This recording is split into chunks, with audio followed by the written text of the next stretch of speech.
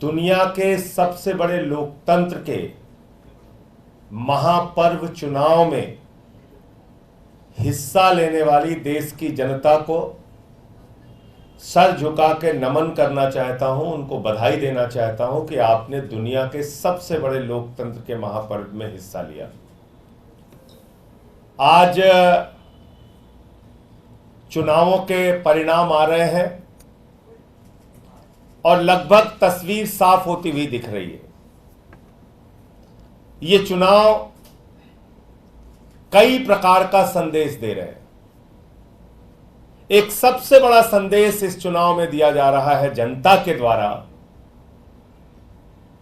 कि 10 साल के भारतीय जनता पार्टी के शासन से लोग दुखी हैं, परेशान हैं और वो इस सरकार को हटाना चाहते हैं।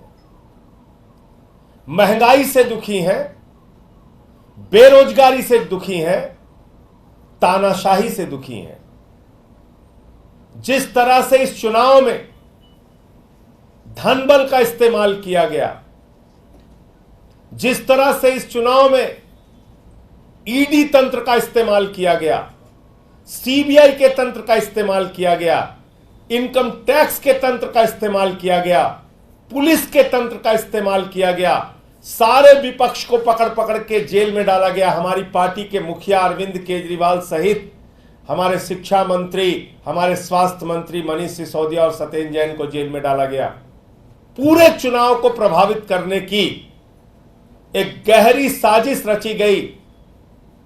उसके बावजूद भारत के लोकतंत्र की यह खूबसूरती है कि देश की महान जनता ने कहा बीजेपी वापस जाओ। यह नारा है इस देश की जनता का।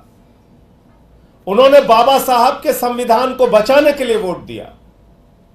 भारत में आरक्षण की व्यवस्था जो दलितों के, वंचितों के, शोषितों के, पिछड़ों के, आदिवासियों के लिए है, उसको बचाने के लिए वोट किया। और अभी तक के जो नतीजे सामने आ रहे हैं, भारतीय जनता पार्टी को बहुमत होता हुआ नहीं दिख रहा है और पिछले बार की तुलना में लगभग 60 सीटें बीजेपी की कम हो रही हैं।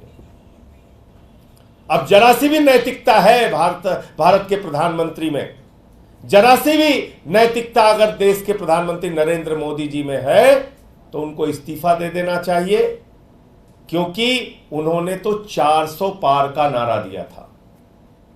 400 पार। लेकिन देश की जनता समझ गई कि ये 400 पार चाहिए संविधान को बदलने के लिए, ये 400 पार चाहिए आरक्षण को खत्म करने के लिए, ये 400 पार चाहिए अपने पूंजीपति मित्रों को फायदा पहुंचाने के लिए।